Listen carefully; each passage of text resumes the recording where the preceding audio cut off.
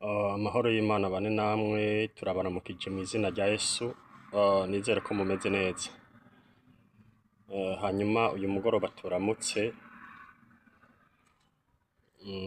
Hanyuma amajambo y'Imana aboneka mu butumwa bwiza bwa Yesu Kristo ko bwanditswe na Yohana mu gice ca 5 kuva ku murongo wa mbere.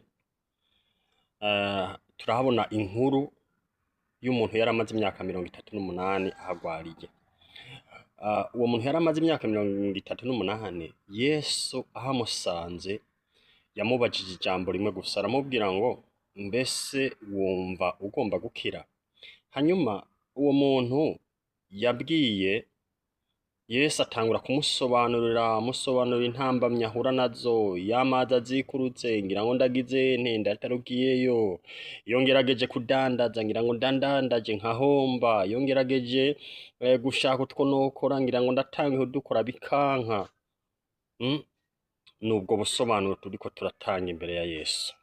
Ariko Yesu yabajije wa muntu yari amaze imyaka 38 ijambo rimwe gusa, aramubaza ngo mbese wumva ugomba gukira? Nawe nje kukubaza kuri uyu mugoroba, mbega wumva ugomba gukira?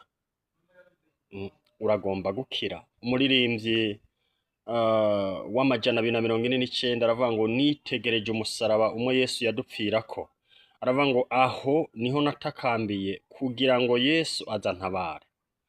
Amen. Yesu nta busobanuro akeneye imbere y'ikibazo cawe kuko arakizi. Igihe ikibazo cawe imyaka ukimaranye, Yesu arakizi gusumba, arakizi kugusumvya, canaje abizi yakibonye ko kije. Rero nta busobanuro akeneye ngo mana oya, ikibazo cawe Yesu arakizi. Ica kubaza ni kimwe, uragomba gukira? Wakira gukira mu izina rya Yesu Kristo kuri uyu mugoroba. Birashoboka ko urwaye, umaze igihe urwaye, uri mu ntambara, uri mu bigeragezo, abantu baraguhevye, baragutaye, ariko ico nkundira Imana, barakwanka nayo ikakwemera. Uravye uyu muntu yari amaze imyaka 38 ku kidengeri, bari baramusize wenyine, bari baramurambiwe, ariko Yesu we yaramubona. Haleluya. Ijambo usomye ijambo ry'Imana rivuga ngo Yesu ngo amenye ko amaze igihe kirekire, ngo aramubwira ngo ikorere ikirago cawe witahire.